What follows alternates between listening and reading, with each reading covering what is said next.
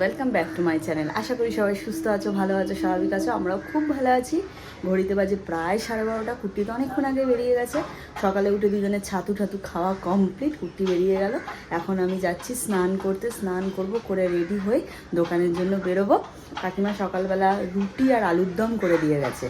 আর কালকে রিমাদির ওখানে এত রিমাদি রাইস করে এনেছিল, তো সবাই কালকে আমরা খেয়েও রাত্রে আমরা রিমাদিরা নিয়ে গেছে কাল পূজার জন্য, দিদিদের জন্য একটু রেখে আসা হয়েছে। এবার আমাকে যতটা দিয়েছে, এবার অতটা আমাদের পক্ষে একা খাওয়া পসিবল না।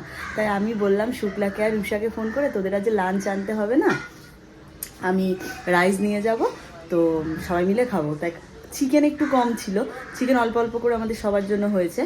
তো আলুর দম করিয়ে নিয়েছি কাকিমাকে দিয়ে, আলুর দম দিয়ে রাইস দিয়ে ওদেরকে একটু খেতে দেবো।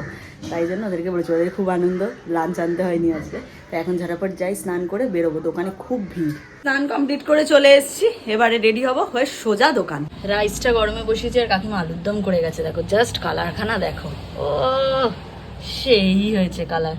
বাইরে যা রোদ, গাছগুলো একটু জল পাইনি আজকে, একটু জল দিয়ে দিই গাছে। ওদেরকে খেতে দিয়েছিলাম, ওদের খাওয়া হয়ে গেছে, এই যে ঘুরে বেড়াচ্ছে এবার।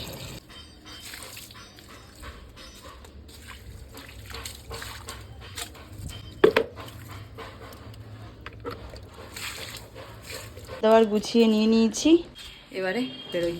দোকানে আসার পর যা যা কাস্টমার ছিল শুক্লার মোটামুটি ছেড়েই নিয়েছিল। আমি আসার পর যা যা কাজ ছিল সেগুলো সারা হলো। এখন বাইরে পুরো মেঘলা ওয়েদার, ঘড়িতে প্রায় 5টা বাজতে যায়। এখন আমরা লাঞ্চে বসবো, কুট্টি এলেই আমরা লাঞ্চে বসবো। আর ভিডিও ছিল একটা, ভিডিওটা কমপ্লিট করলাম, করে এবারে লাঞ্চে বসবো। তোরা কি এখানে পার্টি করছিস? পিকনিক হচ্ছে, পিকনিক পিকনিক পিকনিক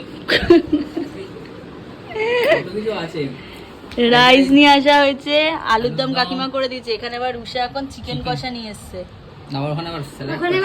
স্যালাড কাটছে। আমাদের আবার কোল্ড ড্রিঙ্কস, আমার ওটা আমার গ্লাস, তোদের বোতলে খা তোরা। বৃষ্টি শুরু হয়ে গেছে, এখানে মাল প্যাকিং শুরু হয়ে গেছে, ওখানে মাল সেটিং হচ্ছে। আমি এখানে আবার বিলে বসেছি, বিল হবে, তারপর আমাকে তো আবার এয়ারপোর্ট কাউন্টারে যেতে হবে। আস্তে আস্তেই পড়ছে গো।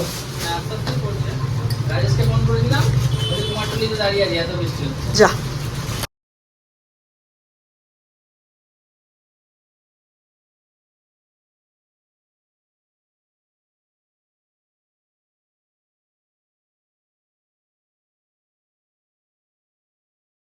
বেরিয়ে পড়েছি দোকান থেকে।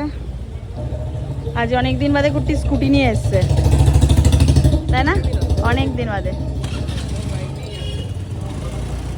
এয়ারপোর্ট যাবো এখন, এয়ারপোর্টে একটু কাজ আছে, যেতে হবে। দোকানের চাপে যাওয়াই হচ্ছে না।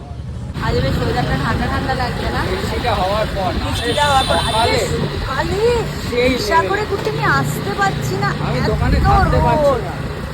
আজকে তো আমাকে রিক্সা করে আসতে হয়েছে, কি রোদ বাহ। বিশাল গরম ছিল, বিশাল গরম। একটা হ্যাট, তারপরে হালকা বৃষ্টি হলো, তারপরে ওয়েদারটা পুরো ঠান্ডা।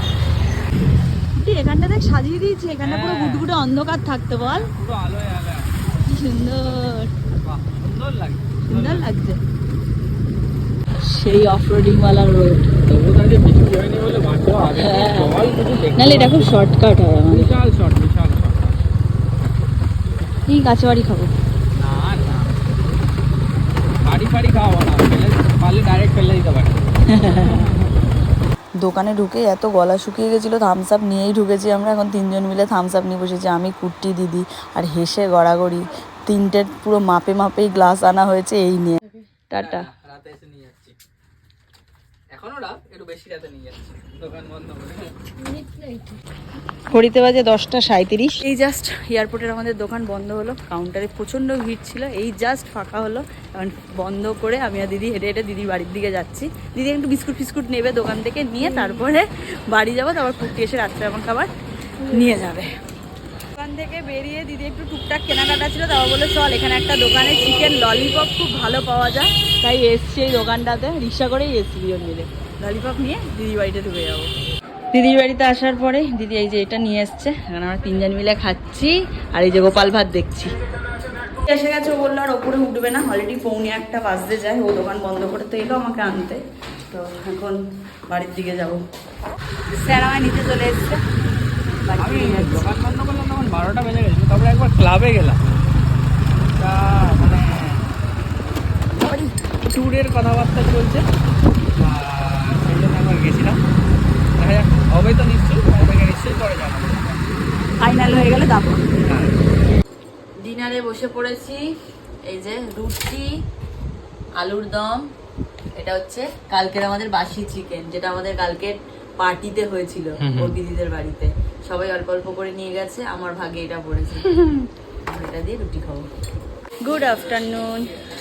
কালকে ভিডিওটা শেষ করা হয়নি, তাই জন্য আজকে ভিডিওটা শেষ করার জন্য এলাম। প্রচুর চাপ রয়েছে, এখন একটু গলাটা না শুকিয়ে গেছে, তার জন্য ভাবলাম একটু বেরিয়ে একটু কোল্ড ড্রিঙ্কস কিনি। কাস্টমাররাও রয়েছে, এখন আর গরমে চা খেতে ইচ্ছা করছে না, তাই ভাবলাম একটু কোল্ড ড্রিঙ্কস নিয়ে আসি, সবাই মিলে খাওয়া যাবে। আর অর্ধেক দোকান তো বন্ধ, এখন প্রায় 4টের কাছাকাছি বাজতে যায়, সবই দোকানপাট মোটামুটি বন্ধ। তাই দেখি ওই সাইডে গিয়ে যদি কোনো দোকান খোলা পাই। চাপ রয়েছে, পুজোর টাইম বুঝতেই পারছি, সব বাইরের পার্টিরা বেশিরভাগ থাকে আমাদের। শিলিগুড়ি, আসাম, ত্রিপুরা তো আসতেই থাকে, এখনও কাউন্টারে এই অবস্থা।